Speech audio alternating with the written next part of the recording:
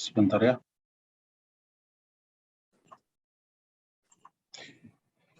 Baik, Ibu Bapak, saudara-saudari yang saya kasih dalam Kristus. Hari ini giliran saya untuk bisa memberikan renungan di novena hari yang keempat, dan kita masih berada di bulan Maria, hari-hari terakhir bulan Maria. Maka saya akan coba untuk membantu kita merenung bersama tentang sosok Bunda Maria selaku mempelai Roh Kudus, dan dari segala kebajikan yang ditunjukkan oleh Bunda Maria sebagai mempelai Roh Kudus, dia adalah hamba Tuhan. Semangat penghambaan yang dia miliki, yang dia tunjukkan dengan melayani keluarga kudus dari Nazaret, melayani Yesus Kristus putranya, dan dengan sendirinya Maria itu melayani keselamatan manusia. Saya coba untuk membagi screen yang saya sudah siapkan.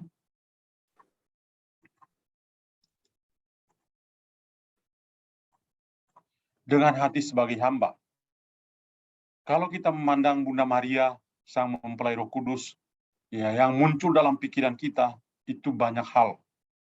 Segala kebajikan yang dia tunjukkan kepada kita, segala keteladanan yang Bunda Maria berikan pada kita, benar-benar membuat kita begitu takjub, begitu menghormati, begitu berdevosi kepada sosok Bunda Maria, sang mempelai Roh Kudus ini. Dan itu sebabnya ada sebuah perkataan yang sangat bagus, yang sampai sekarang ini juga masih terkenal. De Maria nunquam satis. De Maria nunquam satis itu berarti tentang Bunda Maria, tidak pernah ada kata-kata kita yang cukup. Hari ini kita hanya merenung satu bagian saja, yang paling kecil dari sebuah kebajikan dalam kehidupan Bunda Maria, yaitu semangatnya menjadi seorang hamba. Dia sendiri mengakui dirinya sebagai hamba Tuhan. Maka sebagai seorang hamba, dia membaktikan dirinya sepenuhnya kepada Tuhan, karena memang dia adalah hamba Tuhan. Nah, saya akan mulai dengan menyegarkan kita, karena kita berada di novena Roh Kudus, hari yang keempat. Tentu saja dalam masa novena, sebelum novena, di novena hari pertama, kedua, dan ketiga, ya, semua orang punya bayangan yang jelas tentang Roh Kudus. Saya ini sekolah di Yerusalem, 4 tahun di sana, sampai ditabiskan sebagai pastor juga di sana. Di Roma juga saya tidak pernah melihat patung Roh Kudus. Terus terang, di Yerusalem saya ke gereja-gereja, ya, di Roma juga, tidak pernah menemukan satu patung Roh Kudus. Kalau patung Yesus sih, wah, bermacam-macam. Ya. Tapi Roh Kudus ini tidak ada patungnya. Yang ada hanya simbol Roh Kudus.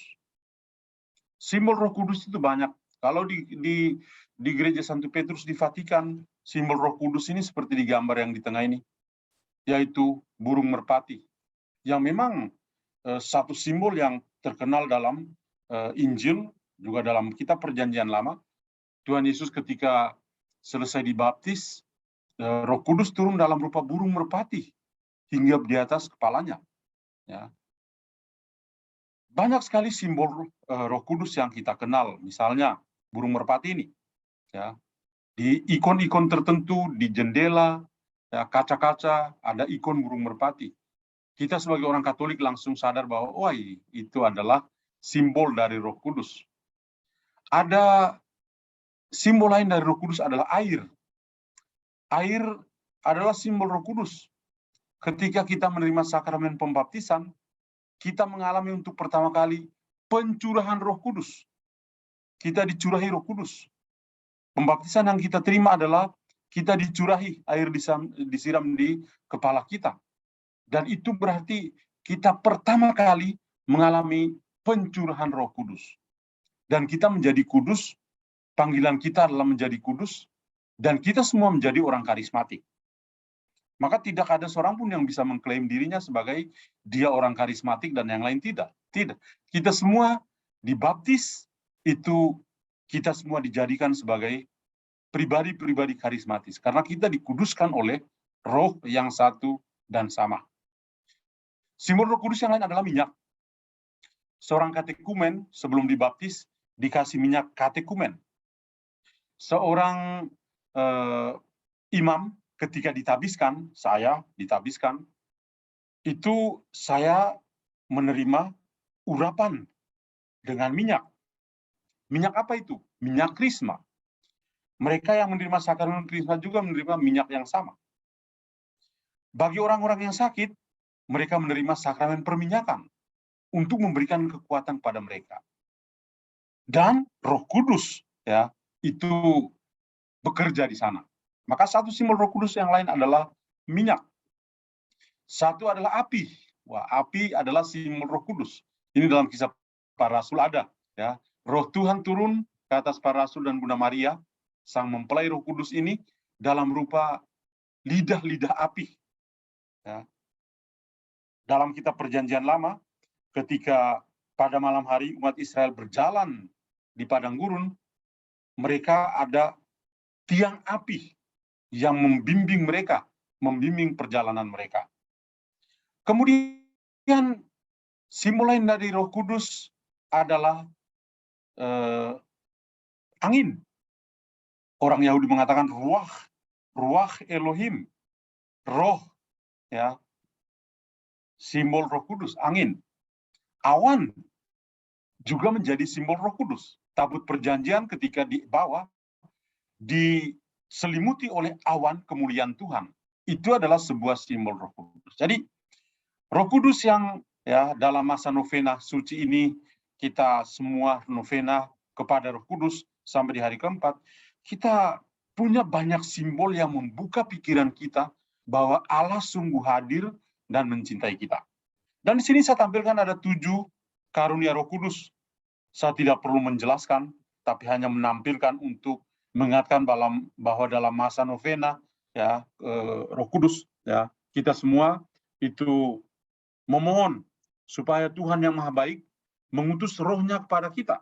Misalnya, ya, di sini ada roh takut akan Tuhan.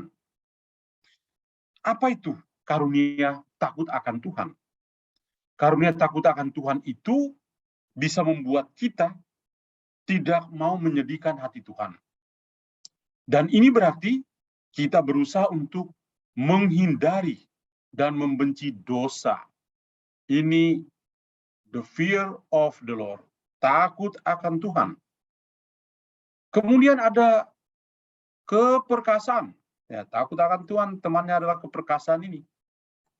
Membuat seorang untuk berani, ya, kuat untuk melakukan misi yang diberikan oleh Tuhan.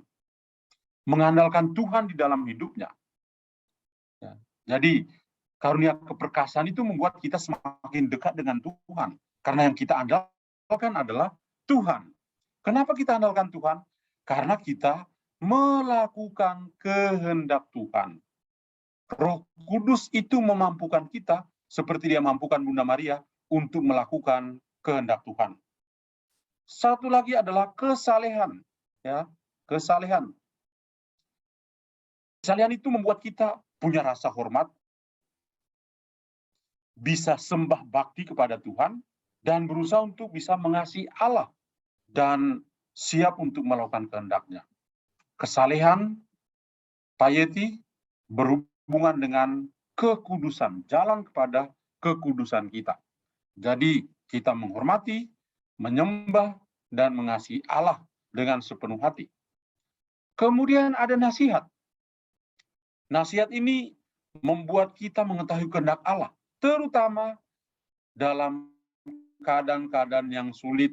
Ketika kita mau mengambil suatu keputusan yang penting dalam hidup, kita butuh Roh Kudus. Kita perlu melakukan yang namanya discernment dalam kehidupan kita. Seorang kalau mau ditabiskan menjadi imam, dia perlu membuat ini. Butuh Allah Roh Kudus dan karunia nasihat ini. supaya dia bisa berdiscernment dan mengambil keputusan yang baik. Orang yang juga demikian, butuh Roh Kudus yang bekerja. Ya. Kemudian ada kebijaksanaan. Ya. Kebijaksanaan itu memungkinkan seorang untuk memperoleh pengetahuan akan Tuhan. Ya. Pengetahuan akan Tuhan. Dan juga segala hal lain yang berhubungan dengan Tuhan. Jadi butuh kebijaksanaan. Salomo itu tidak minta hal yang lain. Yang dia butuh adalah, yang dia minta dari Tuhan adalah kebijaksanaan. Ya. Kemudian ya, pengenalan akan Tuhan, ya, memberikan kepada kita sebagai seorang anak untuk bisa menilai, bisa untuk melihat Allah sebagai pencipta kita, pencipta segala sesuatu, dan semua yang diciptakan oleh Tuhan itu membantu kita untuk memuliakannya.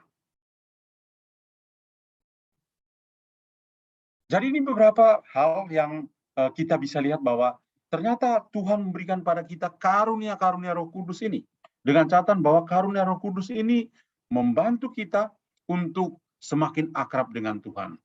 Jadi meskipun tidak ditemukan patung Roh Kudus, tapi Roh Kudus itu pribadi ilahi yang sangat penting. Nah, maka ketujuh karunia Roh Kudus ini menyempurnakan akal budi kita, kehendak kita, dan indera kita. Ketujuh karunia Roh Kudus membuat kita menjadi pribadi yang sempurna di hadapan Tuhan.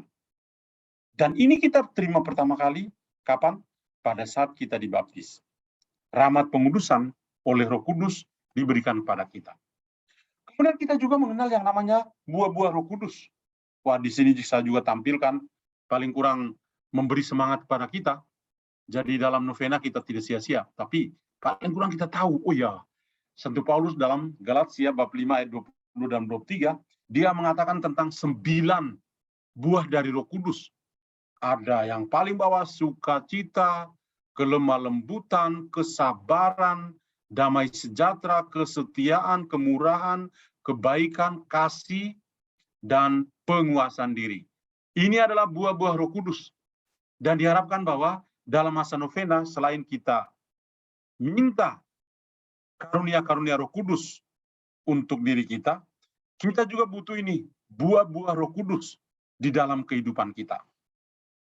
Roh Kudus itu yang memampukan kita untuk punya sukacita dalam batin dan lain sebagainya.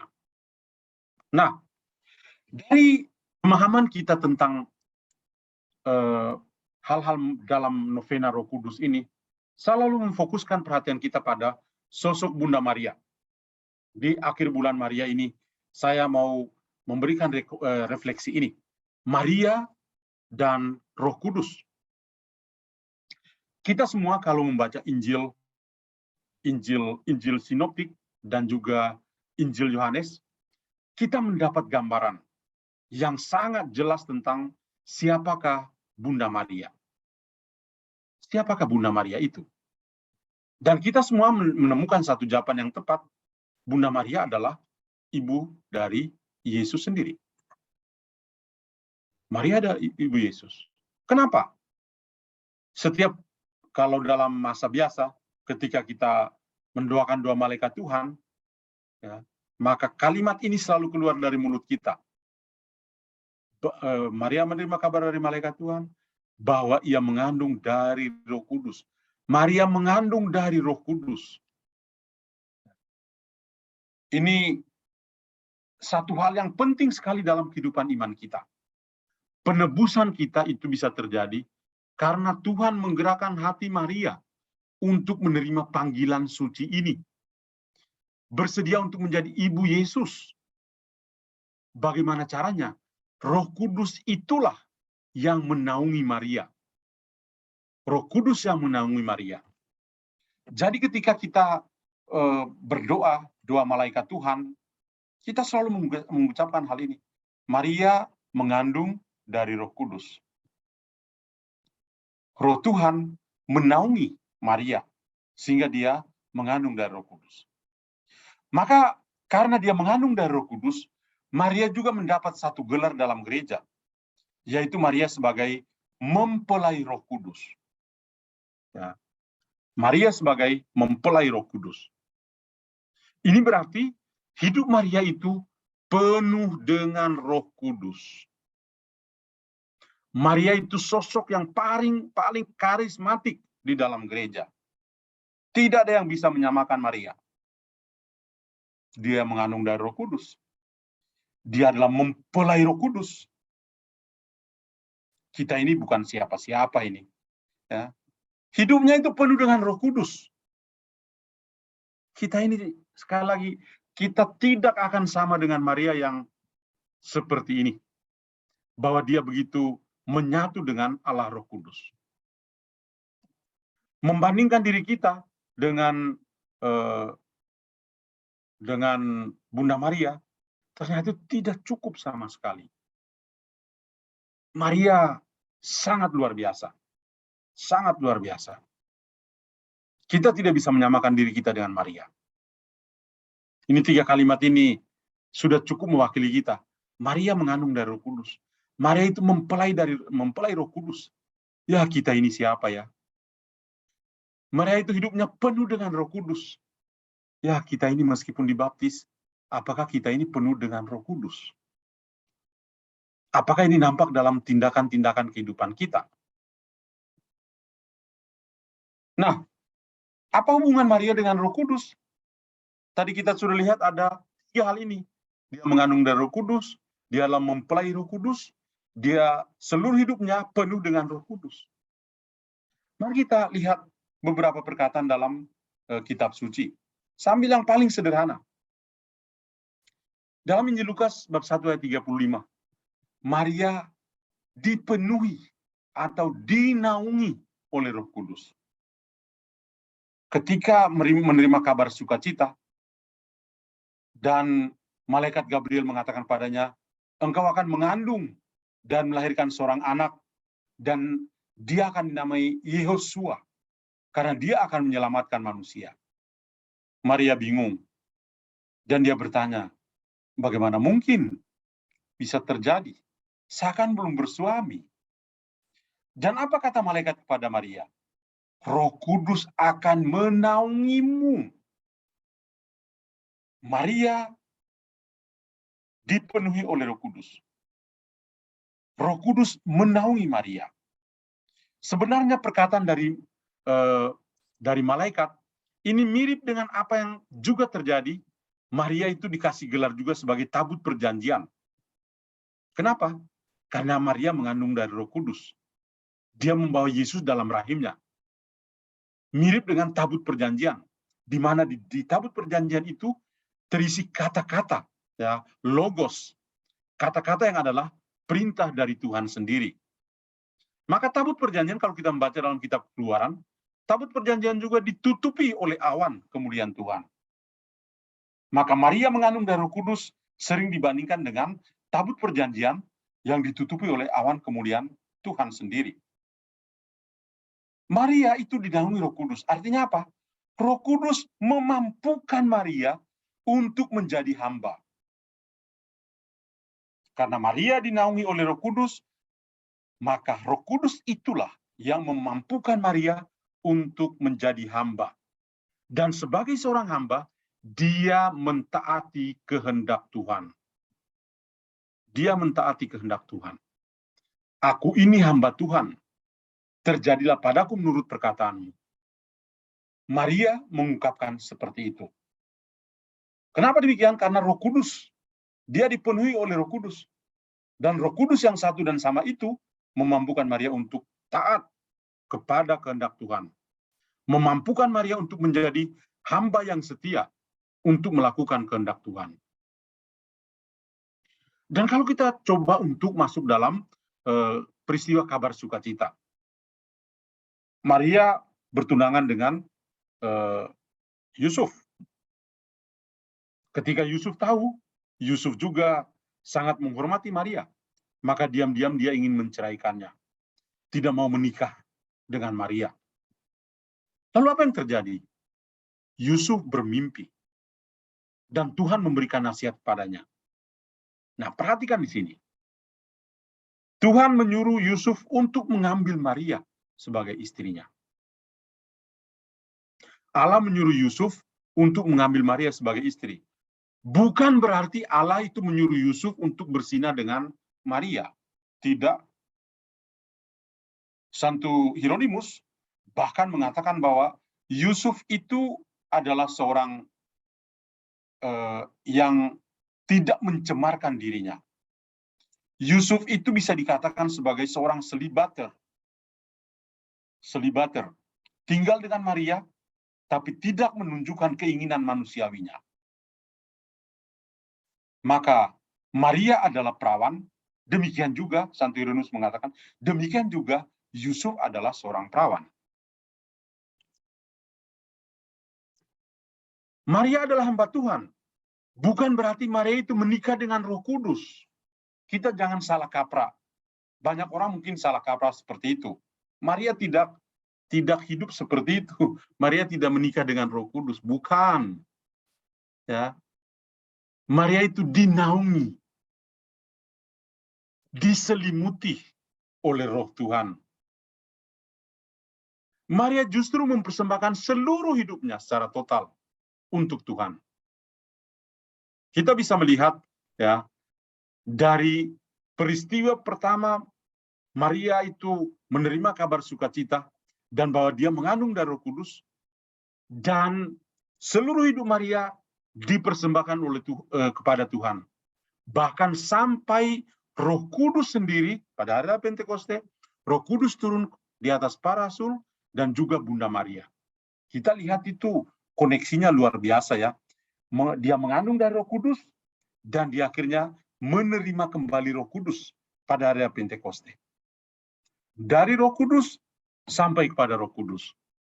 Dan karena Maria dipenuhi dengan Roh Kudus, maka dialah yang selalu memberi semangat pada gereja. Dia menjadi bunda gereja. Dia menjadi bunda para imam. Dan lain sebagainya. Dan itu sosok Maria yang begitu luar biasa. Maria adalah hamba Tuhan. Dia sendiri mengakui dalam Lukas bab 1 ayat 38. Bunda Maria berkata kepada malaikat, sesungguhnya aku ini adalah hamba Tuhan. Jadilah padaku menurut perkataanmu itu. Lalu malaikat itu meninggalkan dia. Kalimat ini sangat menarik perhatian kita. Bunda Maria itu luar biasa. Dia mengatakan, sesungguhnya saya ini hamba Tuhan. Dia melakukan sebuah pengakuan yang luar biasa di hadirat Tuhan. Malaikat adalah utusan Tuhan. Dia melakukan pengakuan ini. Saya ini hamba Tuhan. Ya, sungguh saya ini hamba Tuhan. Karena sebagai hamba Tuhan, konsekuensinya apa? Mentaati setiap perkataan Tuhan. Jadilah padaku menurut perkataanmu itu. Ini kehebatan Maria. Seorang yang siap menjadi abdi Tuhan, menjadi hamba, dan konsekuensi dari sebagai seorang hamba adalah melakukan perintah Tuhan. Maria adalah pribadi yang taat kepada kehendak Tuhan.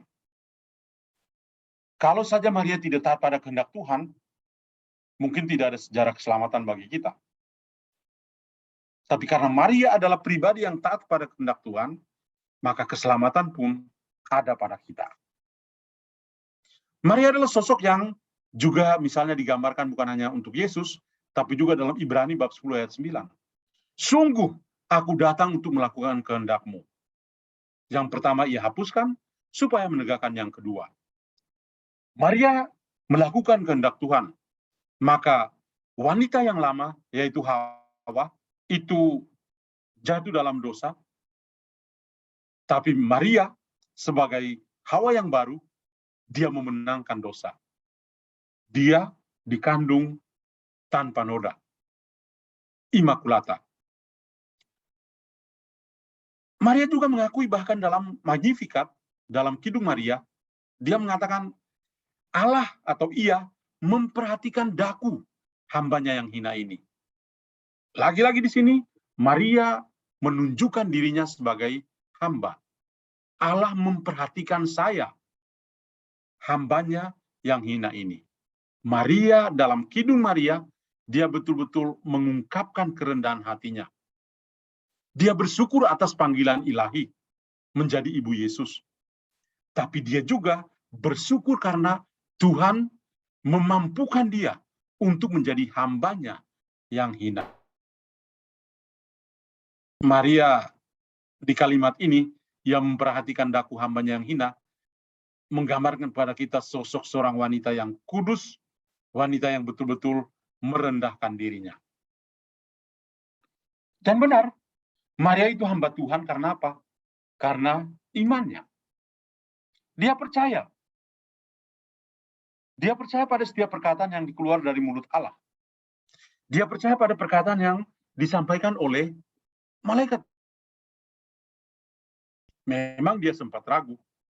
Bagaimana mungkin hal itu bisa terjadi? Karena saya belum bersuami. Tapi karena kuasa dari Tuhan, karena roh Allah menaungi dia, maka dia mengatakan, sesungguhnya aku ini adalah hamba Tuhan. Jadilah padaku menurut perkataanmu. Menggambarkan juga iman dan ketaatan Maria. Ini luar biasa. Kita sangat sulit untuk bisa masuk dalam kehidupan iman seperti Maria. Sangat sulit. Kita terlalu lemah. Tapi Maria adalah ibu kita. Dia juga mendoakan kita supaya kita bisa kuat untuk menyerupai dia sebagai hamba Tuhan. Saya coba mengambil satu teks Injil, Lukas bab 2 ayat 41 sampai 52. Bagaimana Maria sebagai hamba Tuhan itu dia tunjukkan dalam sebuah kehidupan yang nyata. Saya akan coba untuk membaca teks Injil yang ada di sini.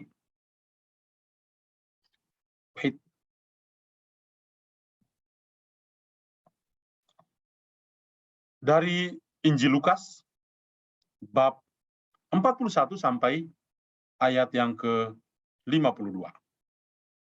Tiap-tiap tahun orang tua Yesus pergi ke Yerusalem pada hari raya Paskah. Ketika Yesus telah berumur 12 tahun, pergilah mereka ke Yerusalem seperti yang lazim pada hari raya itu.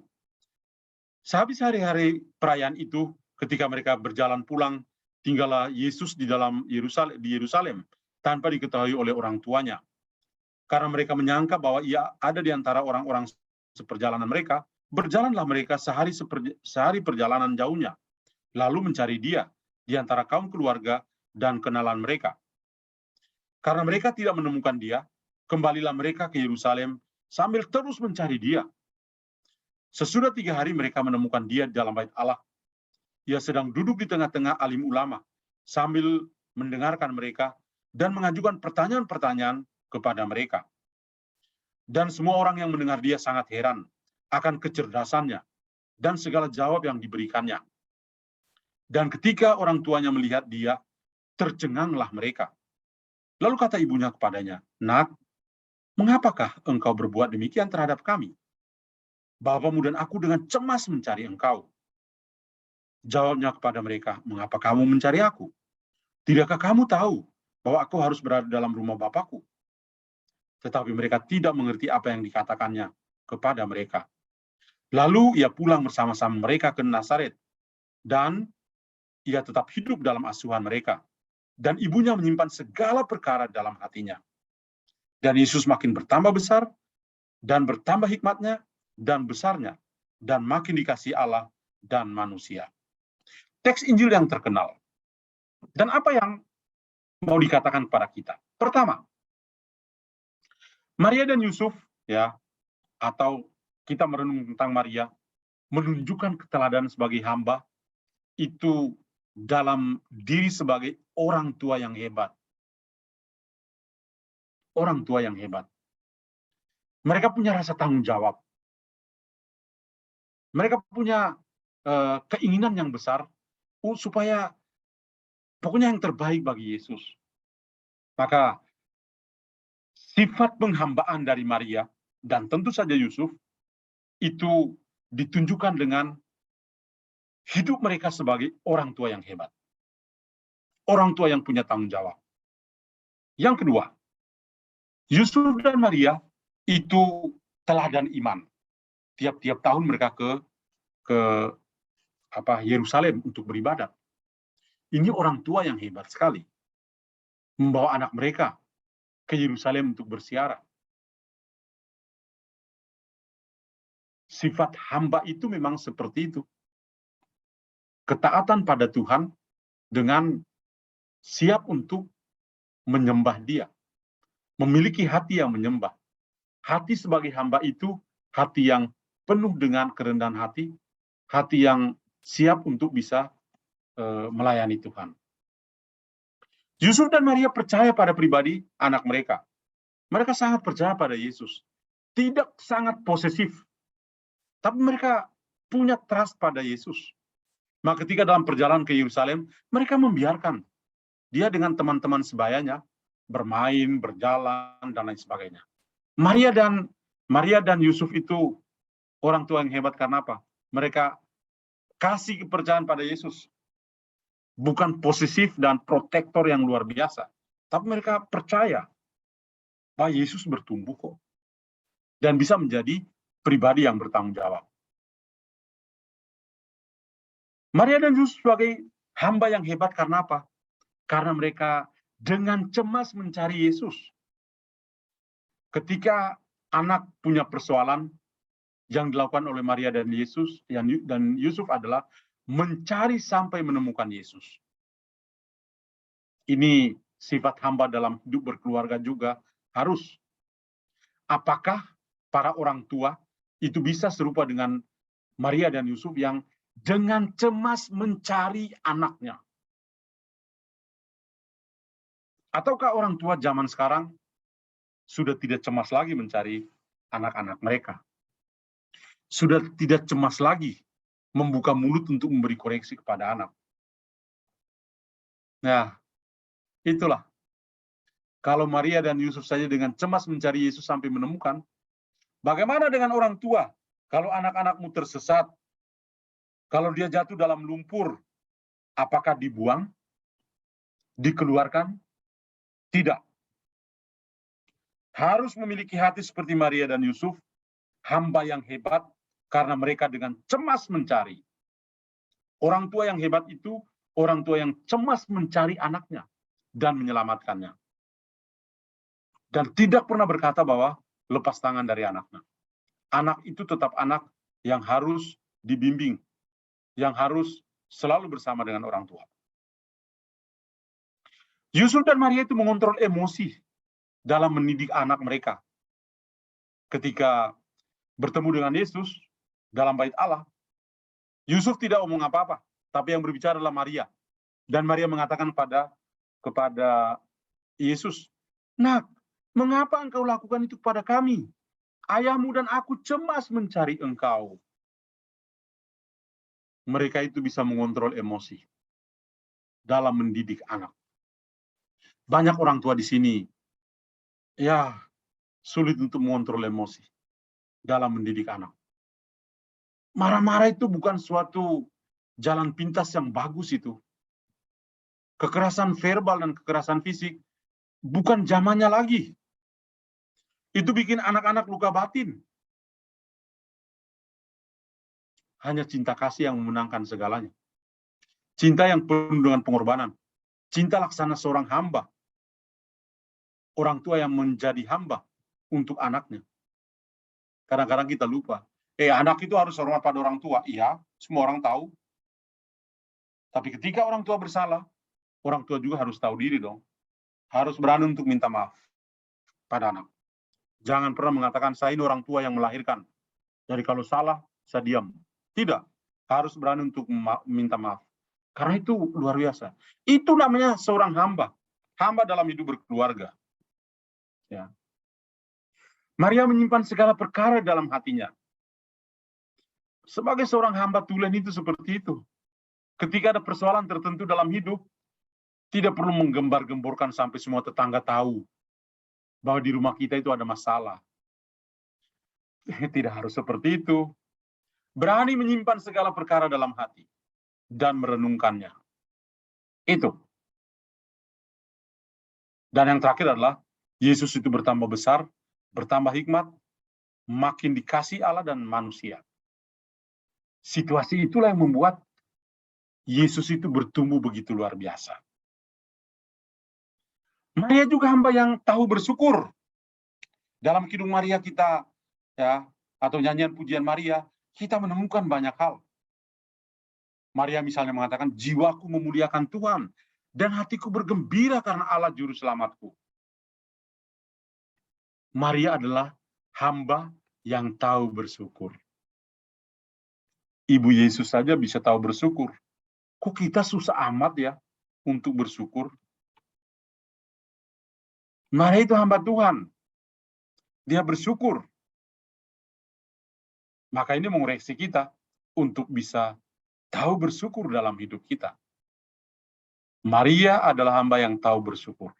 Bagaimana dengan kita?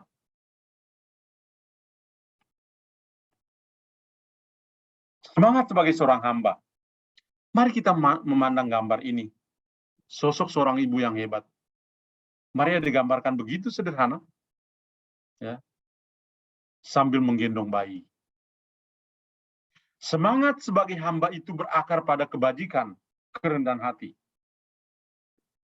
Maria itu rendah hati dan menerima tawaran dari Allah menjadi ibu bagi Yesus, ibu bagi kita semua. Dia mengungkapkan, aku ini hamba Tuhan. Terjadilah padaku menurut perkataanmu. Dia juga mengungkapkan dirinya sebagai hamba Tuhan. Semangat sebagai hamba itu berakar pada kebajikan kerendahan hati. Tanpa kebajikan atau keutamaan kerendahan hati, Maria tidak mungkin menerima ini. Tapi untung dia itu rendah hati, sehingga dia mau menjadi seorang hamba yang setia. Semangat kerendahan hati itu menopang ketaatan dan cinta kepada Allah. Orang yang rendah hati itu mampu untuk taat, mampu untuk mengasihi. Orang yang rendah hati itu tidak mengatakan bahwa dia rendah hati, tapi akan kelihatan dalam cara hidupnya. Apakah dia itu patuh atau taat? Apakah dia mampu mengasihi? Nah, orang rendah hati itu kelihatan di sana. Ketaatan dan kasih. Maka ibu bapak saudara sekalian, kita harus berusaha untuk menjadi seperti Maria. Seorang ibu yang rendah hati. Seorang ibu yang menjadi hamba. Seorang ibu yang meskipun dia adalah mempelai Roh Kudus, tapi rela menjadi hamba. Dan dialah yang harus selalu menginspirasi kita untuk hidup sebagai anak-anak Tuhan yang sepertinya memiliki hati sebagai seorang hamba. Tuhan memberkati kita semua. Ya. Terima kasih banyak Pastor John Laba untuk pengajaran pada malam hari ini yang sungguh-sungguh sempurna untuk kami. Di mana pada malam hari ini kita mendengar pengajaran bagaimana Bunda Maria itu berkata, aku ini hamba Tuhan. Memang ini telah kita baca di dalam kitab Injil Lukas bab 1 ayat 38b. Maria berkata, aku ini hamba Tuhan. Terjadilah padaku menurut perkataan. Dan Maria tidak hanya berkata-kata saja, namun sepanjang hidupnya dia menghidupi perkataan aku ini hamba Tuhan. Dia taat dan setia dan percaya terus kepada Allah. Dia mengikuti Yesus putranya sampai di kayu salib. Suatu kesetiaan yang luar biasa. Maria mengandung dari Roh Kudus. Maria mempelai Roh Kudus. Artinya hidup Maria total dipimpin oleh Roh Kudus. Hidupnya penuh dengan kuasa Allah Roh Kudus. Mungkin demikian yang dapat saya rangkum ya, Pastor. Ya,